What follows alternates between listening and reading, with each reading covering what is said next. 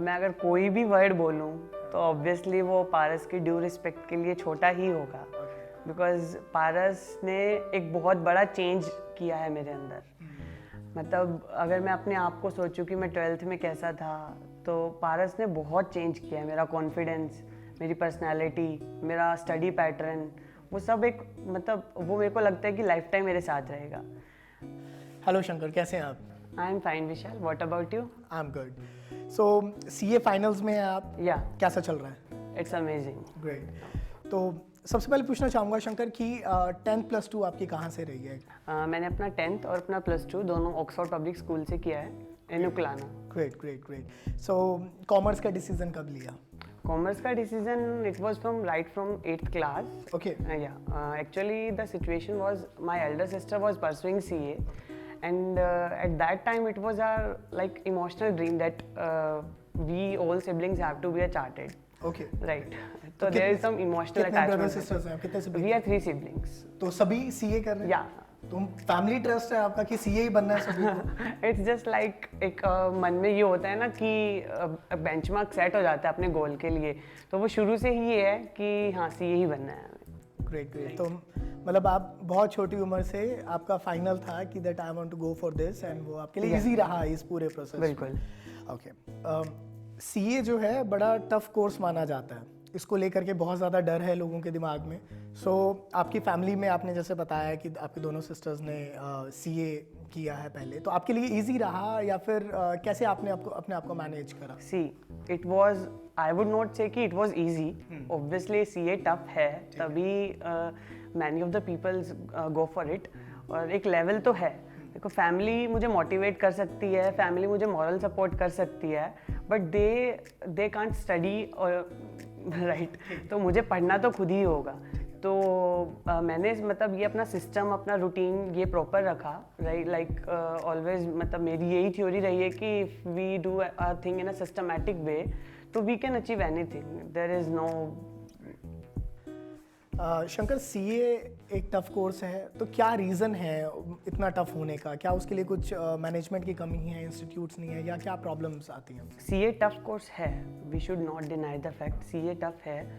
अब इसको रीज़न ये है कि आईसीएआई है, मतलब सब रेगुलेशंस देने के लिए आईसीएआई है, बट लाइक अदर कोर्सेज इसके लिए कोई कॉलेजेस या रजिस्टर्ड कॉलेजेस या रजिस्टर्ड इंस्टीट्यूशंस नहीं है विद द आईसीएआई। तो एक स्टूडेंट को थोड़ा सा लेस कॉन्फिडेंट इसलिए ही होता है कि कोई भी रजिस्टर्ड इंस्टीट्यूट्स नहीं है, तो वो एक थोड़ा सा स्टूडेंट के माइंड पे वो चीज़ करती है।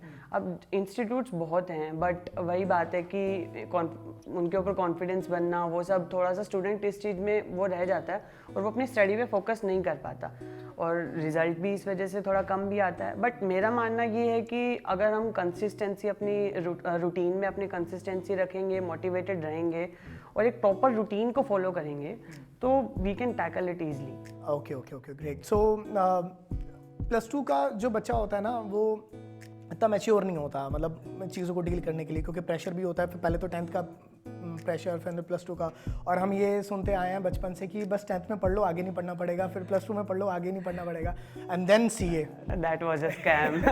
ये स्कैम हम सबके साथ हुआ है ना। Right. तो उस समय में वैसी मैच्योरिटी लेकर के आना that I need to go for like this institute, और आपने बताया आप हिसार से नहीं हैं, आप उकलाना से हैं, तो ट्रैवल करना और एक इंस्टीट्यूट को ज्वाइन करना जो हिसार में हो, सो कैसा रहा ये? That is why I was saying कि इंस्टीट्यूट बहुत एक महत्वपूर्ण भूमिका निभाता है इस चीज़ में। जब तक इंस्टीट्यूट का कोई बच्चे के साथ सपोर्ट ना हो, तो आई डोंट थिंक कि थोड़ा सा बच्चे के लिए भी मुश्किल हो जाता है इस चीज़ के लिए। लेकिन मैंने ये चीज़ मैं इसी तरीके से कर पाया बिकॉज मैं पारस इंस्टीट्यूट से पढ़ता था, तो उन्होंने मुझे मॉरली, एकेडमिकली हर तरीके से मुझे सपोर्ट किया। एक लाइक यूँ होता है कि हाँ हमारे साथ कोई खड़ा है, तो वो मेरे लिए इतना टफ नहीं हुआ। मुझे टाइम टू टाइम मैनेजमेंट के लिए, मोटिवेशन के लिए लेक्चर्स मिलते रहे, तो वो एक support system was always stand behind my back, तो it was not very difficult for me. Okay, वो सफ़र आसान हो गया। राइट, ठीक है। So Shankar, how you came up with the decision कि that you have to join Paras institute? Okay, तो it was all about faith. मैंने जैसे कि आपको पहले भी बताया कि मेरे सिस्टर्स एंड मेरे सम ऑफ द रिलेटिव्स ने भी पारस से ही अपना सीए पूरा किया है, तो एक फेथ था पारस के ऊपर, family faith you can say, कि हाँ सीए करना है तो पारस इज़ अवेलेबल फॉर अस। तो एक बहुत 100% फेथ था कि अगर तुमको सीए क्लियर करना है और तुम अगर रियली हार्ड वर्क करना चाहते हो विद स्मार्ट वर्क तो गो फॉर पारस।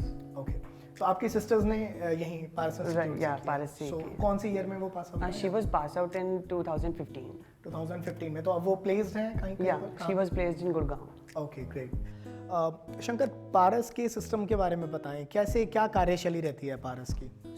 पारस की teaching pattern, test series, test programmes, unacademic मतलब अकेडमिक से अलग, like time management programmes, motivation programmes, वो सब रहते हैं।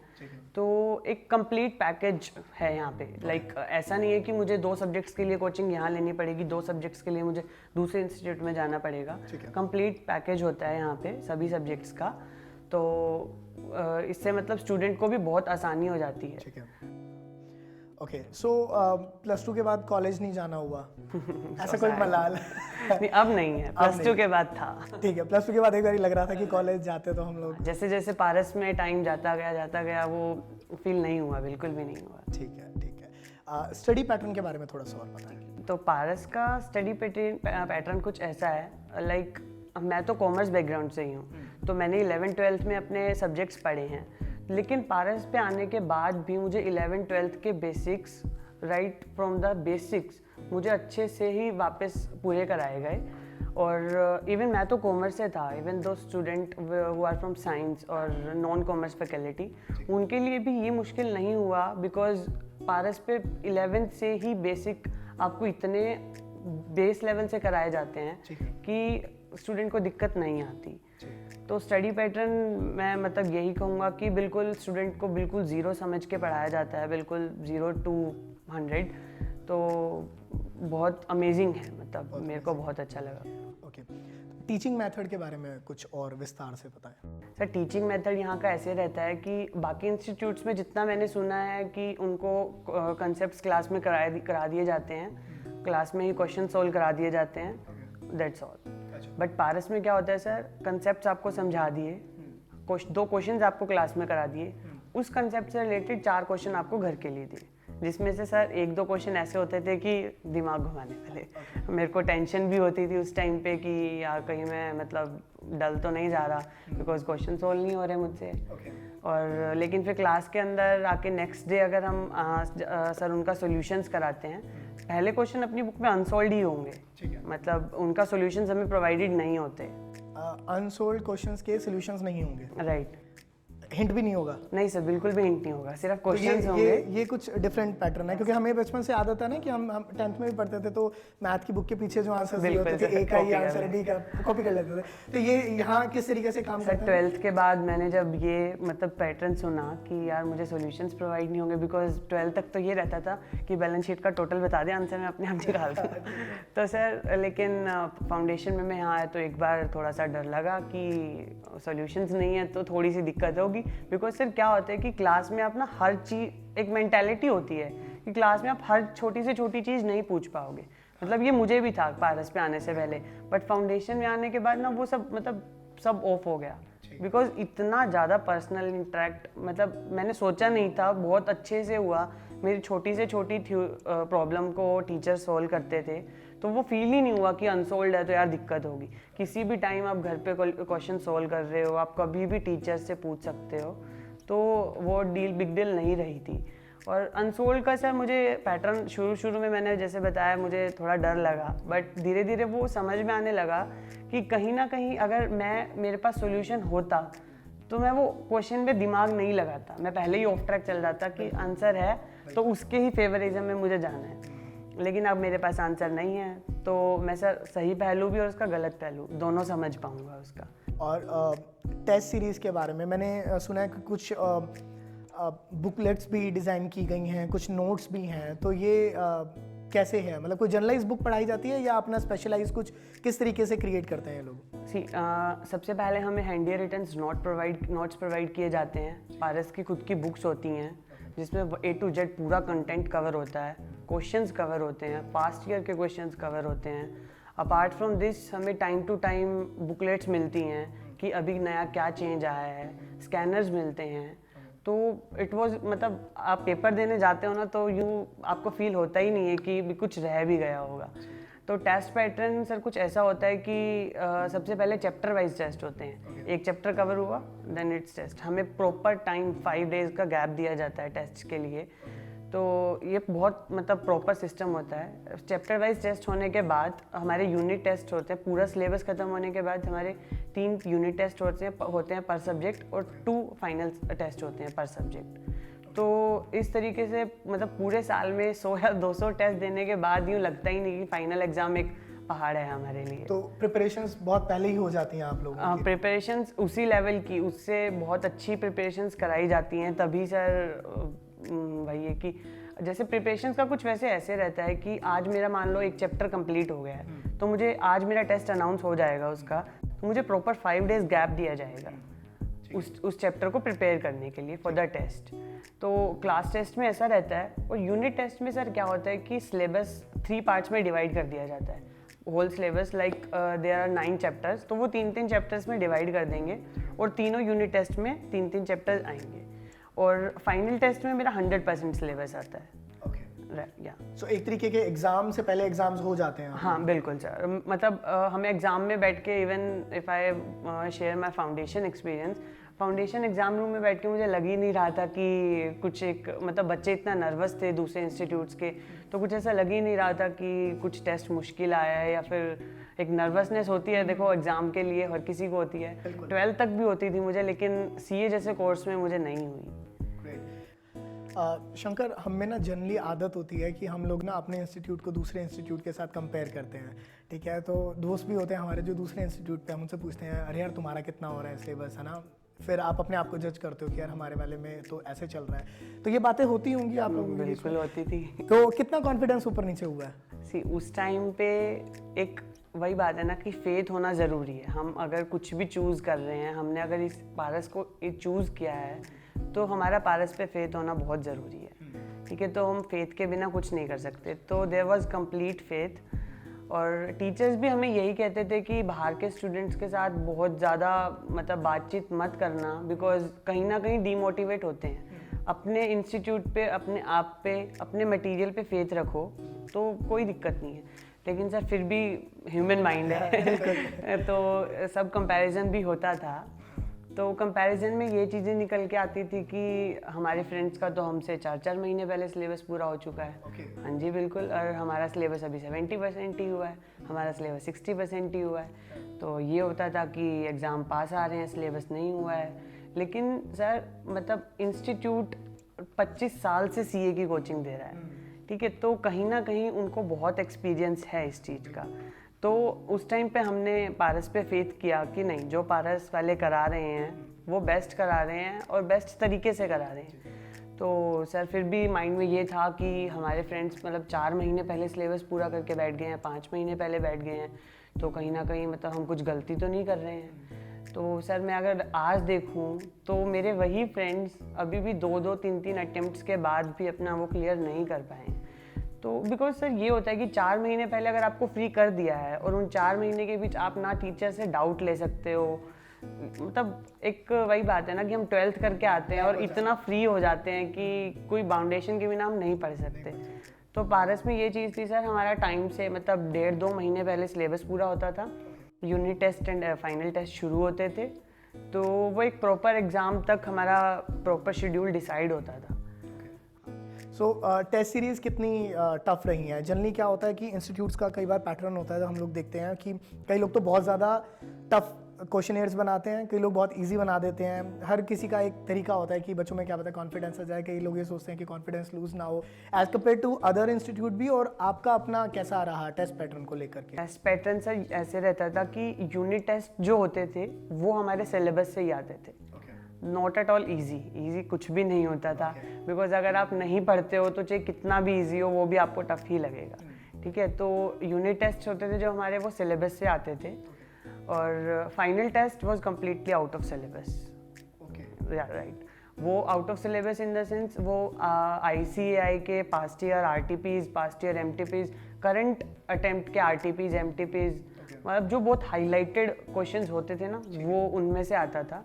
और इजी तो सर मैं बिल्कुल भी नहीं कहूँगा, बिकॉज मेरे साथ भी ऐसा हुआ है कि कई बार ऐसा होता था यूनिट टेस्ट फाइनल टेस्ट सामने आता था, मतलब आई वो शौक कि यार नहीं हो सकता, छोड़ के जाने की भी बहुत बार कोशिश करते थे। छोड़ के गए हो? छोड़ के एक बार गया हूँ लेकिन फिर सर अगले ही दिन मुझे सर ने समझाया कि अगर यही सिचुएशन तुम्हारे साथ अगर ICAI फाइनल एग्ज़ाम में होती तो भी क्या तुम छोड़ के जा सकते थे। तो यही मतलब प्रिपरेशन ही थी हमारी कि अगर ICAI में भी ऐसा टफ टेस्ट आ जाता तो मैं क्या करता।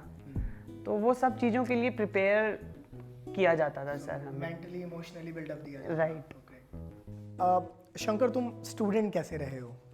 सर मैं कुछ ऐसा नहीं था कि बहुत ब्रिलियंट स्टूडेंट था, बिकॉज अगर ब्रिलियंट होता तो ऑब्वियसली मेरी रैंक आती।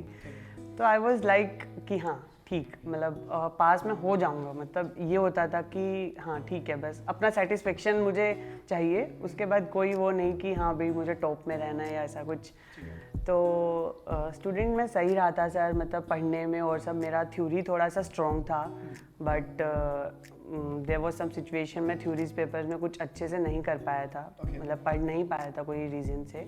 बट ऐसा नहीं है कि प्रैक्टिकल बुरा था, प्रैक्टिकल्स भी बहुत अच्छे थे। तो आई वाज लाइक ठीक, मतलब नॉट वेरी हाई। ठीक है, वेरी गुड वेरी गुड। सो ये थ्योरी और प्रैक्टिकल के बारे में बताएं कि कितना रेशियो रहता है CA में, और इसको लेकर के डर भी है, बहुत सारी भ्रांतियां भी हैं। सो कैसा रहा आपका? सर CA के अंदर 3 पेपर्स जो हैं वो कम्प्लीटली थ्योरी हैं आपके, लॉ, ऑडिट एंड EISSM। बाकी भी सर जो प्रैक्टिकल पेपर्स हैं उनके अंदर भी थ्योरी, ऐसा नहीं है कि वो कम्प्लीटली प्रैक्टिकल हैं। लाइक 100 मार्क्स का अकाउंट्स का पेपर है तो आपकी 20 मार्क्स की थ्योरी आएगी उसके अंदर, इस तरीके से होता है। तो थ्योरी और प्रैक्टिकल का सर बैलेंस बनाना भी उस टाइम पे काफ़ी मुश्किल होता है, because everyone has their choice, मतलब फेवरेटिज्म होता है कि मेरा थ्योरी फेवरेट है, मेरा प्रैक्टिकल्स फेवरेट है।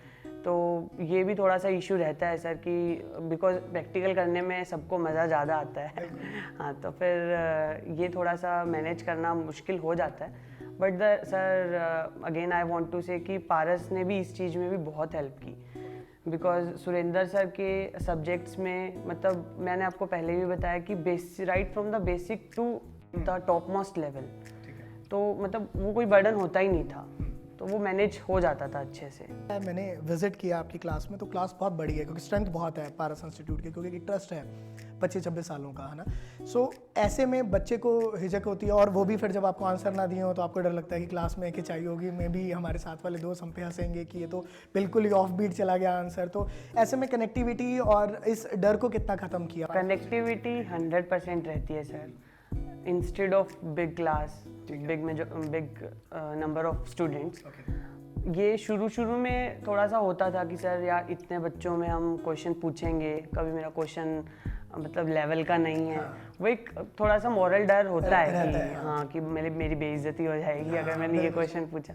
बट सर वो धीरे धीरे समझ आने लगा कि भाई अगर तू नहीं पूछेगा तो अभी तो CA फाउंडेशन है, और अभी तो CA इंटर है, अभी तो CA फाइनल बाकी है, तो आगे बेइज्जती कराएगा तो फिर वो डर धीरे धीरे ख़त्म हो गया। और सर टीचर की तरफ से भी इतना अच्छा रिस्पॉन्स आता था, मतलब अगर मैंने एक चीज़ पूछी है, मैंने ऊपर से भी पूछी है ना, तो उसका राइट फ्रॉम द बेस उसका मेरे को आंसर मिलता था।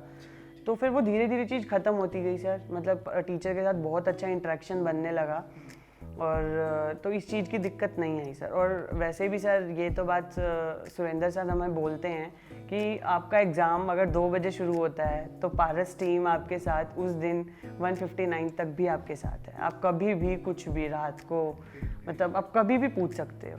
तो एक यूँ दिखता था कि हाँ बैक स्पॉट है हमारे साथ। 2020 में बहुत चीज़ें चेंज हुई, एजुकेशन का तरीका चेंज हो गया और बहुत ज़्यादा उथल पुथल हुई है, और अभी भी इंस्टीट्यूट्स नहीं ओपन हो पाए हैं तरीके से। सो ऐसे में हर किसी के लिए बड़ा ज़रूरी रहा है कि वो नए ज़माने के हिसाब से कॉप अप करे, डिजिटल हो गई हैं बहुत सारी चीज़ें। तो पारस इंस्टीट्यूट का क्या फॉर्मेट रहा, वो नए ज़माने के साथ कितना कॉप अप कर पाया? सर ये लॉकडाउन हमारा मार्च में हुआ था, तो आई वॉज अमेज्ड कि पारस की क्लासेस लॉकडाउन में शुरू हो गई थी आफ्टर 10 और 20 डेज। मतलब उन्होंने अपना ऑनलाइन सेटअप इतना फास्टली डेवलप कर लिया, 30 to 40 बंदों की टीम है यहाँ पे, तो वो इतना फास्टली डेवलप हो गया सर। दूसरे इंस्टीट्यूट्स ने तो मतलब 2-3 महीने लगा दिए थे अपनी क्लासेस शुरू करने के लिए, बट पारस ने इसको भी as a first mover advantage लिया कि अब टेक्नोलॉजी का ज़माना आ रहा है तो they have to develop it. तो मतलब उन्होंने अपना सॉफ्टवेयर डेवलप किया एक, उस पर प्रॉपर स्टूडेंट्स की क्लासेस जाती थी, एक प्रॉपर टाइम के लिए उनको वो क्लास देखने की परमिशन दी जाती थी, और उस टाइम फ्रेम के अंदर वो क्लास देख लें तो ठीक है, बट अगर कुछ सर्कमस्टांसेस ऐसे हो कि वो घर पे वो क्लास उस टाइम के अंदर नहीं देख पाए तो उनको बाद में भी परमिशन दी जाती थी। तो वो मतलब एक बहुत अच्छा सिस्टम उन्होंने टेक्नोलॉजी का डेवलप किया अपना, जिसकी वजह से मतलब स्टूडेंट के उसमें हर्डल नहीं आई बिल्कुल भी। शंकर, पारस इंस्टीट्यूट का रिजल्ट कैसा रहता है? पारस इंस्टीट्यूट का रिज़ल्ट आईसीआई के टोटल रिज़ल्ट के कंपेयर में बहुत अमेजिंग रहता है। जनरली मेरे अटेम्प्ट में मेरे फाउंडेशन के अटेम्प्ट की बात करूं तो पारस का रिज़ल्ट था 80 to शायद 90% के आसपास, बट आईसीआई का रिज़ल्ट वाज ओनली 30%, तो there was a major gap. Okay, तो मतलब काफ़ी दबदबा है पारस इंस्टीट्यूट का वहाँ पे, मतलब जितने बच्चे पास आउट हो रहे हैं तो मेन जो रैंक होल्डर्स हैं, रिजल्ट होल्डर्स हैं, वो पारस इंस्टीट्यूट से हैं। सो ये जैसे आपने बताया 80 to 90%, तो ये इसका प्रमाण क्या है? प्रमाण सर, पारस इंस्टीट्यूट अपने हर अटेम्प्ट में एक बुकलेट रिलीज़ करता है जिसके अंदर उनके सभी पास स्टूडेंट्स, सभी रैंक होल्डर्स का record with marks, subject wise marks होता है। तो मतलब प्रमाण का इससे ज़्यादा तो क्या होगा सर। वो एक बुकलेट पब्लिश करके डिस्ट्रीब्यूट कर रहे हैं, इवन इन न्यूज़पेपर में भी रिजल्ट पब्लिश होता है सब बच्चों का, राइट। सो ये मतलब कभी क्या ऐसा कुछ बच्चे ने डिमांड करी थी कि सर आप हमें रिजल्ट दें, तो या फिर उनको अपने रिजल्ट पे इतना भरोसा है कि मतलब हमें पता है कि हमारे मैक्सिमम बच्चे आ रहे हैं तो हम सबका रिजल्ट उसमें देंगे? सर एक फेथ डेवलप करने के लिए ना ट्रांसपेरेंसी ज़रूरी होती है, यू वुड एग्री, ठीक है। तो फिर पारस को सर शुरू से ही ये था कि हमें सबसे पहले फेथ जीतना है लोगों का, तो उसके लिए सर उनको रिजल्ट देना है। रिज़ल्ट देना तो सर उनके मतलब उनकी पॉलिसी ही ये थी कि रिज़ल्ट देंगे तो ही सर कुछ डेवलपमेंट हो सकता है, ठीक है। तो ऐसा बिल्कुल भी नहीं है कि उनको अपने रिज़ल्ट पे बिलीव नहीं था या कुछ ऐसा, मतलब जो उनका रिज़ल्ट आता था वो प्रॉपर पब्लिश होता था। तो ये बिल्कुल मतलब सच है कि आप कभी भी ऑफिस में जाके किसी भी बच्चे का रिकॉर्ड निकलवा सकते हो, तो वो कुछ भी हाइड नहीं करते हैं, मतलब इस तरीके से। सो फाइनल्स हैं तो आर्टिकलशिप कहाँ चल रही है? मेरी आर्टिकलशिप गुड़गांव चल रही है, ध्रुव एडवाइजर्स। Okay great. तो क्योंकि आप मेट्रो जोन में काम कर रहे हैं अभी, ठीक है, सो एक स्मॉल टाउन बॉय जो मेट्रो सिटी में गया तो उसकी पर्सनालिटी को लेकर के, ऑफ कोर्स एजुकेशन को लेकर के क्या बैरियर्स आए और उसमें फिर कैसे आपके स्टडीज़ ने और इंस्टीट्यूट ने हेल्प करी? सर एक्चुअली मेरा मतलब मेन बैरियर जो मुझे लगता है वो कॉन्फिडेंस ही होता है, बिकॉज दिमाग सबके पास है, मतलब दिमाग से सब कोई काम कर सकते हैं, लेकिन उस कॉन्फिडेंस के साथ दिमाग को यूज़ करना मैटर करता है। सब पारस पे क्या होता है कि इतने बच्चों के सामने आप क्वेश्चन पूछते हो ना, वो कॉन्फिडेंस जभी से अप होना शुरू हो जाता है। लीडरशिप क्वालिटीज वो डेवलप होनी वहीं से शुरू हो जाती है। और हाँ, मतलब right from the schooling I love to be in limelight. Okay great. तो फिर पारस में ये चीज़ मतलब डेवलप हुई, मुझे एक मौका मिला क्योंकि सुरेंद्र सर, बाकी टीचर्स भी हमारे किसी के बर्थडेज तक भी स्टेज पे बुला के हमें विश करते थे। तो इतनी स्ट्रेंथ के सामने स्टेज पे बुला के हमें कोई भी एक्टिविटी करनी होती थी, तो वो कॉन्फिडेंस वहीं से बूस्टअप होता गया। मुझे इतनी दिक्कत नहीं आई। Like leading Dhruva is a very obvious leading organisation, और तो वहाँ पे तरह तरह के प्रोफेशनल्स थे, तो मुझे इतना कॉन्फिडेंस में दिक्कत फेस नहीं हुई, बिकॉज पारस ने इस चीज़ को बूस्ट करने में काफ़ी हेल्प की थी सर। मैं एक चीज़ मैंने देखी है कि आपकी क्लास का भी माहौल कुछ ऐसा है कि जैसे एक मिनी ऑडिटोरियम होता है, तो स्टेयर्स में सिटिंग अरेंजमेंट है, तो एक स्टेज वाला फील आपको रोज़ क्लास में मिलता है, तो कॉन्फिडेंस तो आ ही जाता है। Great great great. तो अभी आप प्रोफेशनली अपनी लाइफ में एंगेज हो जाएंगे अभी कंप्लीट होने के बाद, and then of course you will gonna join some company and then everything. So अभी क्या भूमिका मानते हो पारस इंस्टीट्यूट की, अगर आप दिल से कुछ कहना चाहें अपने इंस्टीट्यूट के बारे में, because it's like a second home. And मैं अगर कोई भी वर्ड बोलूं तो ऑब्वियसली वो पारस की ड्यू रिस्पेक्ट के लिए छोटा ही होगा, बिकॉज पारस ने एक बहुत बड़ा चेंज किया है मेरे अंदर। मतलब अगर मैं अपने आप को सोचूं कि मैं 12th में कैसा था, तो पारस ने बहुत चेंज किया है मेरा कॉन्फिडेंस, मेरी पर्सनालिटी, मेरा स्टडी पैटर्न, वो सब एक मतलब वो मेरे को लगता है कि लाइफ टाइम मेरे साथ रहेगा। कि एक क्रैम होता है ना 12th तक, हम सोचते हैं कि नंबर्स के लिए क्रैमिंग करनी है। पारस ने उस चीज़ को सबसे पहले ख़त्म किया है। और पारस का सर बहुत इम्पोर्टेंट रोल है एक हार्ट में, अपनी लाइफ में। और सर ऑब्वियस है कि अगर कुछ भी बनूंगा तो जितना अपनी फैमिली का और मेरा खुद का सपोर्ट रहेगा उतना ही पारस का रहेगा, क्योंकि पारस ने ही हार्ड वर्क करना सिखाया है। पारस के टीचर्स से ही मोटिवेट होके एक यूँ लगता है कि हाँ वी कैन डू। और great. So Shankar, thank you so much, it was really nice interacting with you. और कमाल की स्माइल है, कमाल की एनर्जी है आपकी, एंड Thank you, sir. आपकी ये स्पिरिट बनी रहे, and wish you lots of success and happiness. Thank you so much sir. Okay, thank you.